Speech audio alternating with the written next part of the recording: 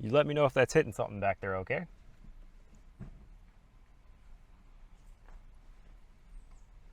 So hello and welcome to J Designs.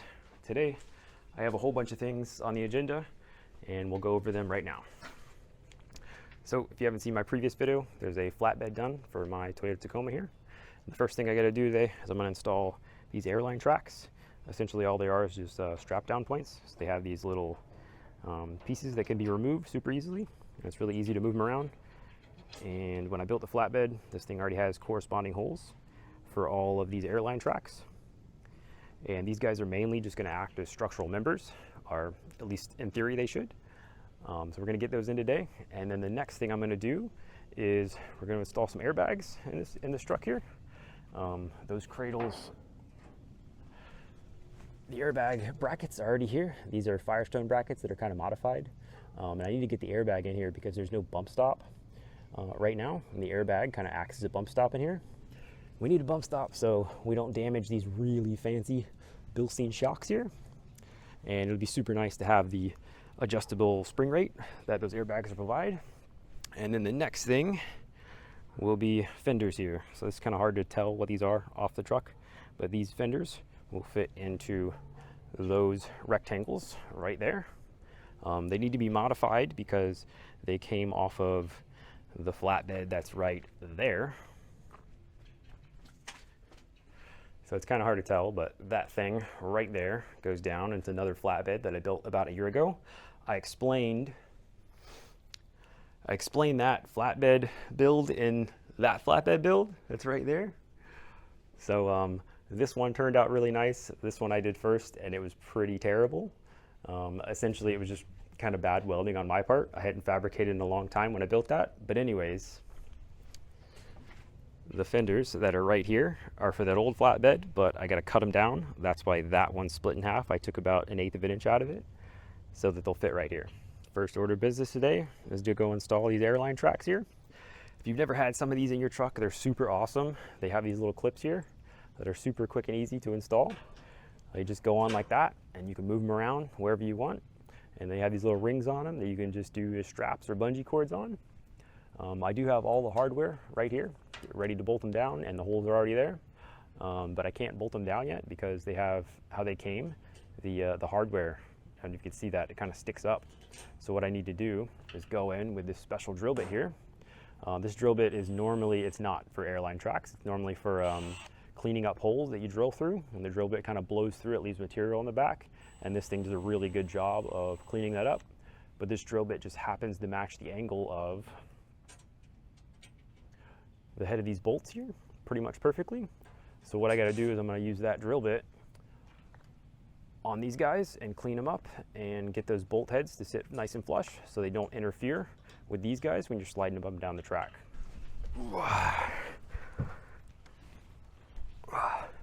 So this right here is the factory bed that's actually been cut down right here.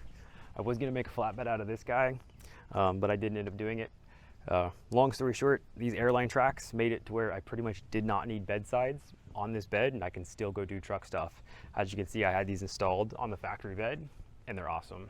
If you don't have you a pair, get some. Yeah.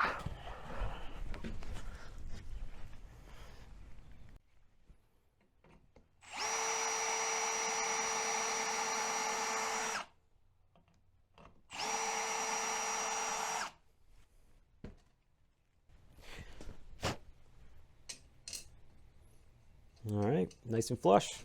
That was the last bolt. I'm ready to get them on the truck.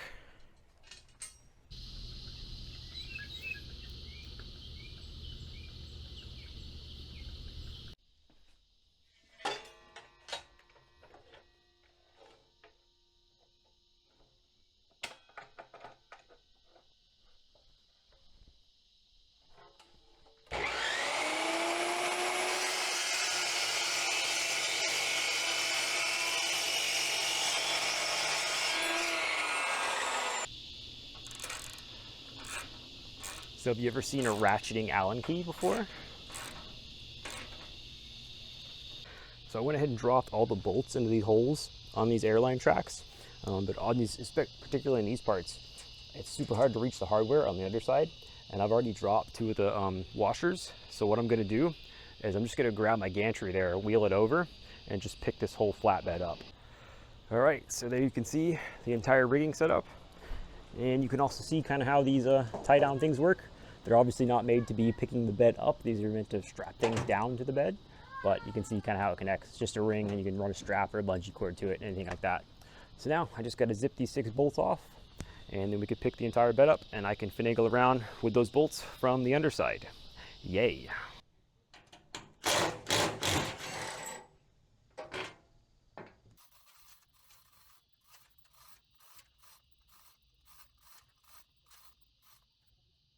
And that's the setup right there. Definitely not a professional rigger, but that's how I get the bed off and on the truck. I got a piece of cardboard between the bed and the cab just to not scuff anything up. But now it's going to be a whole lot easier to get up underneath the bed and access all that hardware.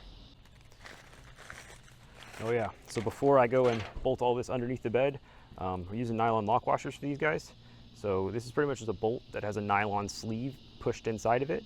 And it just is really good on applications like this, where there's vibration in an automotive application. These guys are going to be mounted underneath this bed, so they'll be prone to kind of falling off if they vibrate loose.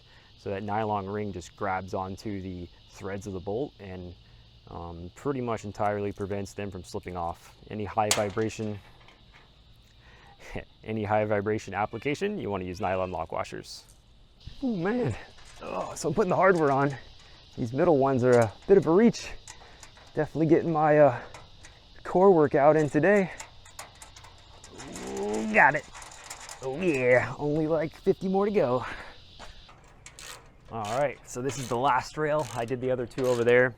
Got them all installed. That middle one, as you saw, was a bit of a bear. Can't be done with one person, but I could barely reach that last one in the middle, in the back. But it's done. So I'll probably get some lunch first, and then I'll come outside, and we're gonna start working on what again?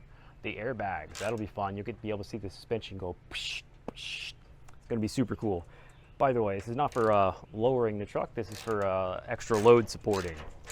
I'll explain more after lunch. And then hopefully, if we got time today, it's probably about 11, be able to work on those fenders right there. So I'll see you after lunch. And that guy there is just gonna stay there over lunch. Should be fine.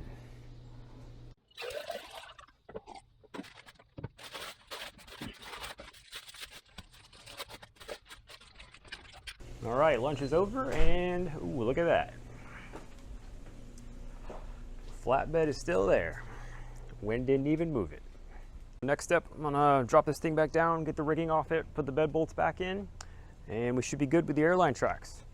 So next step after that, put the airbags in. Actually, just kidding. We are not going to drop the bed yet because I just realized it'd be way easier to install these airbags when I can do this with the bed, since it's on the gantry, and just move it out of the way. So it's going to be way easier to access all the fittings and whatnot on the back of this bracket. Here, I'll show you. We mount the airbag in from the underside and just put that in there like that. And then there's this big, it pins in, and there's this nice big 29 mil, of course, nylon lock washer to retain the airbag.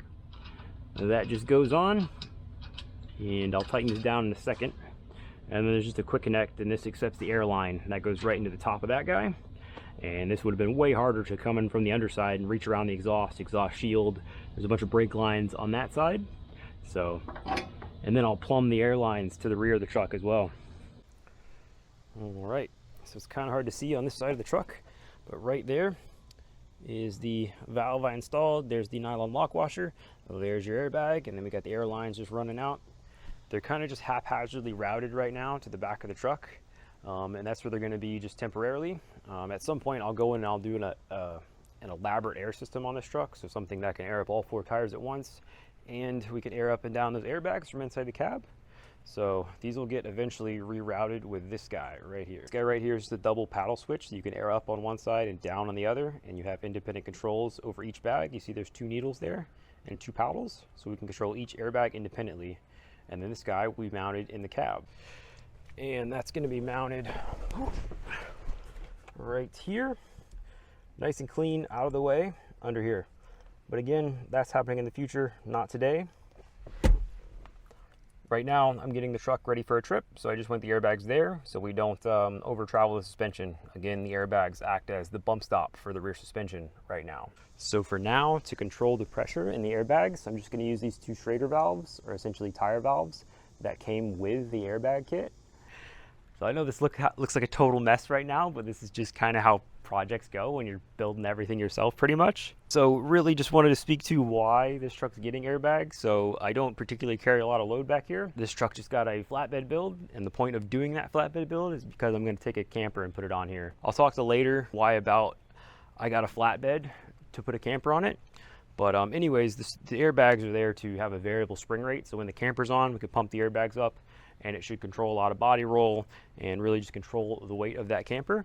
And then when the camper's not on, we can air the airbags down, and we'll get a lot of suspension articulation if we want to go attempt a hard technical off-road trail. Oh yeah, and camper build thing will be on this channel. It's going to be a camper I build myself, not something I buy. So if you want to see how to build a really cool DIY camper that should be pretty awesome because it's going to have air conditioning, because I live in Florida and it's hot. I was about to mount the bed. I know I said I was going to do that later and then realized it was easier to do that, but I realized it's also going to be easier to do something else. Let me show you that real quick. So the next part is to go start building these fenders. Essentially those guys right there. You probably can't see that because of the sun, but there are fenders right there, I promise. Looks like that's going to clear everything.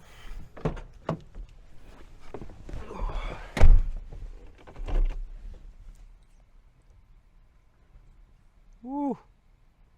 You let me know if that's hitting something back there, okay?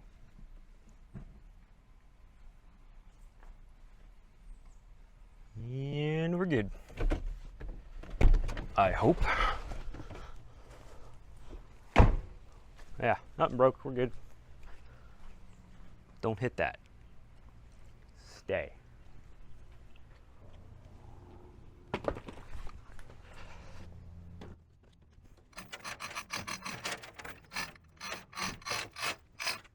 Start building the fender. So again, these fenders came from another flatbed build, and that's why this guy is split into two. I needed to take just a little bit of length this way out of them, so cutting it down the middle just took that little bit out. I still need to take a little bit more, so I'm going to need to grind this surface. The reason why I'm not building a whole fender from scratch is because these ones from the old flatbed build almost fit. Saves me a lot of time and money just to reuse these things. I was going to scrap these old fenders, but they should work, so that's good. All right, so there's the fender. The rear of it is going to have a plate on the back. It had a different angle coming off on that other flatbed. This one's going to come straight down, just like this front here. And again, that'll have a nice clean seam on top there. And then if we come around, I thought I had changed the dimensions on this flatbed, but I must not have changed them that much because the fitment between this line and that is pretty much perfect. Like once I grind back these trash welds, I think this is one of my first aluminum welding projects, by the way. Once I grind back these trash welds, that fitment should be pretty darn nice. And it's even going to be tucked a little tighter to here because the bolts aren't tight on this fender, on this side of the fender. So what I'm going to do to remedy, as you can see, these do not line up. I got to grind this side of this guy, and then there's a bit of a fitment issue back here. So this back corner piece is butting into this this weld that's in here, and then I obviously have to go make the back plate that goes. It's going to come down here just like the front. All right, so I was going to start working on this fender, but I think I'm going to call it a day. It's been a pretty productive day. We got these rails mounted. We got the airbags plumbed, and I started, I guess, theorizing on what I'm going to do with these fenders. But I'll finish them tomorrow. Hopefully I can get both of them done tomorrow. But usually my plans are a little too ambitious, and that doesn't happen. So with that, I really appreciate you watching J Design. There's going to be a camper build coming as soon as this flatbed's done. So if you want to see that kind of stuff, you know what to do. So I'll see you tomorrow. Thanks for watching J Designs.